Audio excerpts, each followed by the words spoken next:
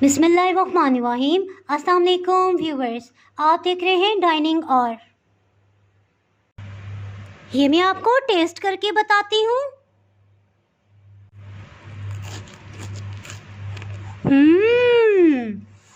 बहुत ही मज़ेदार।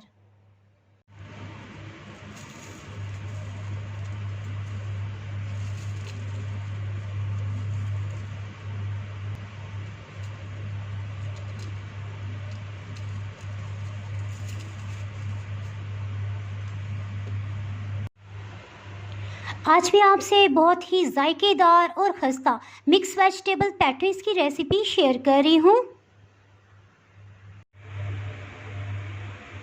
अगर आप मेरे चैनल पे नए हैं तो चैनल को सब्सक्राइब कर दें और बेल आइकन प्रेस कर दीजिएगा ताकि मेरी हर नई आने वाली वीडियो का नोटिफिकेशन सबसे पहले आपको मिल सके।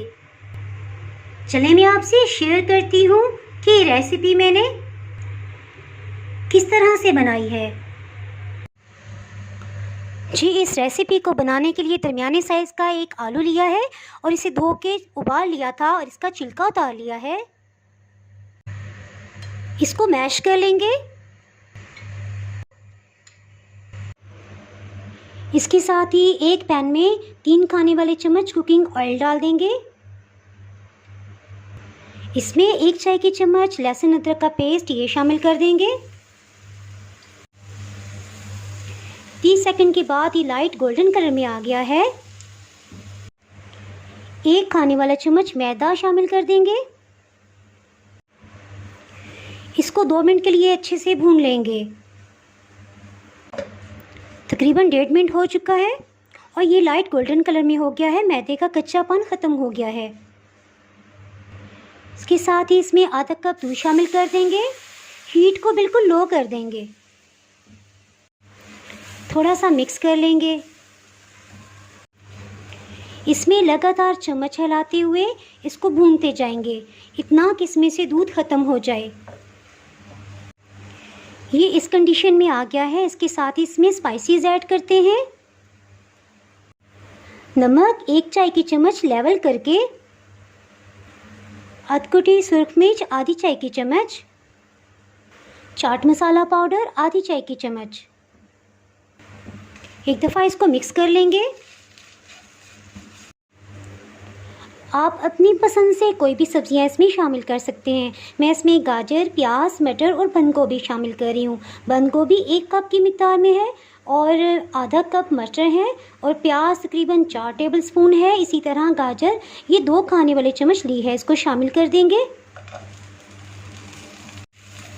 एक दफ़ा इस सबको अच्छे से मिक्स कर लेंगे। मैश आलू ये भी शामिल कर देंगे। मटर इसमें बॉईल करके शामिल किए हैं। फ्रेश ग्राइंड काली मिर्च पाउडर ये शामिल कर देंगे। 1 चाय की चम्मच का चौथाई हिस्सा गरम मसाला पाउडर, 1 हरी मिर्च चॉप कर ली है। हरा धनिया ये भी शामिल कर देंगे।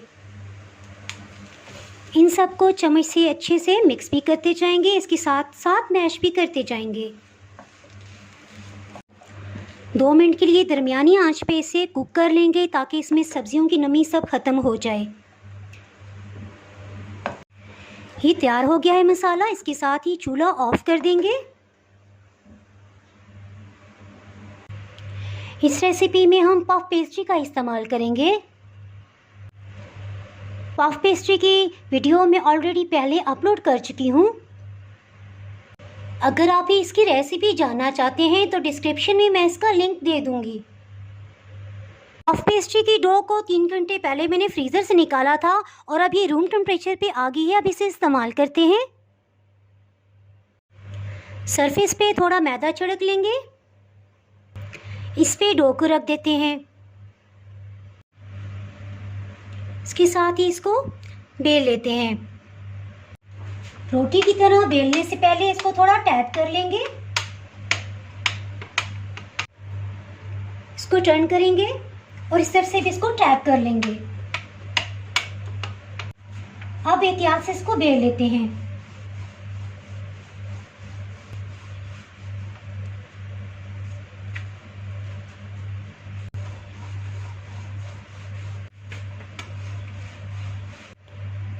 ये तकरीबन चारों तरफ से इतनी मोटाई की है।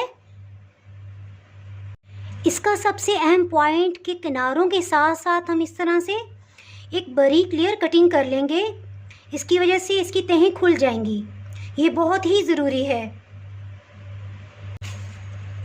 किनारे जो हम उतारे हैं इसको ज़ाया नहीं करेंगे, बल्कि मैं आपको बताऊंगी इसको भी हम किस तरह से इस्तेमाल कर सकते हैं। एक स्टिक से इस तरह से निशान लगा लेंगे।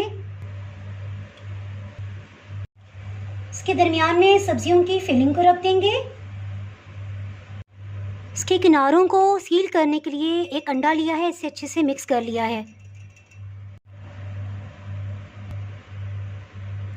चारों तरफ ये मिक्सचर लगा लेंगे।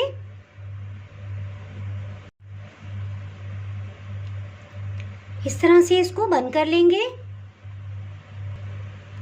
किनारों को इस तरह से कांटे से प्रेस कर देंगे हल्के हाथ से। इसी तरह दूसरी साइड से भी बराबर निशान लगा लेंगे।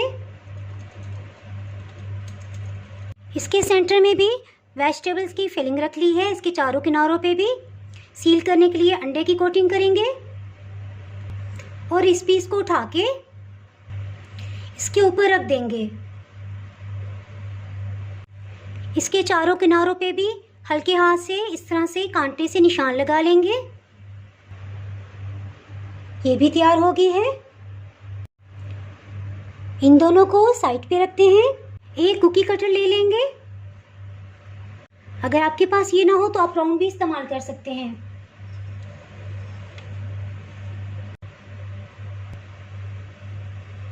इसके सेंटर में एक छोटा कुकी कटर लेंगे और इस तरह से इसे बना लेंगे।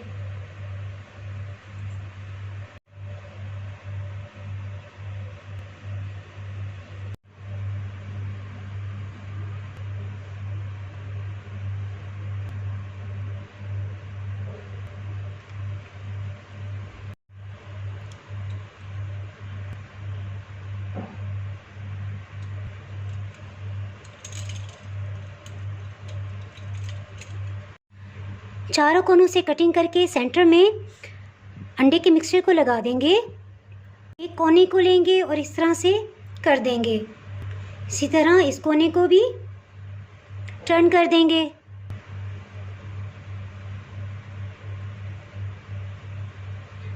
सेंटर में थोड़ा सा इस तरह से प्रेस कर देंगे और वेजिटेबल्स की फिलिंग को रख देंगे। ये डो का पीस कटर में से निकला था, इसको हम ज़ाया नहीं करेंगे।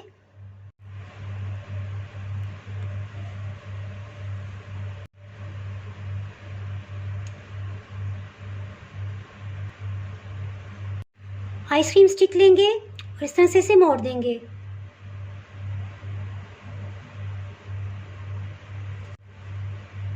इस तरह से प्रेस कर देंगे। इसके सेंटर में कुछ फिलिंग रख देंगे। इसके साथ ही डो से जो डिफरेंट स्ट्रिप्स हमने कटिंग की थी, इनको हम इस तरह से लेंगे, रोल करते जाएंगे।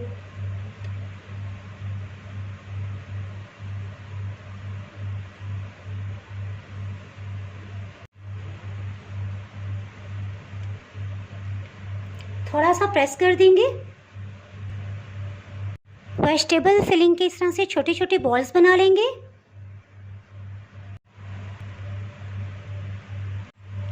इसी तरह सब वेजिटेबल्स के बॉल्स बना लिए हैं। इनको आइसक्रीम स्टिक से इस तरह से जोड़ लेंगे, प्रेस कर देंगे। इसके सेंटर में थोड़ी सी अंडे की फिलिंग लगा दी है और इस तरह से इसको प्रेस कर देंगे।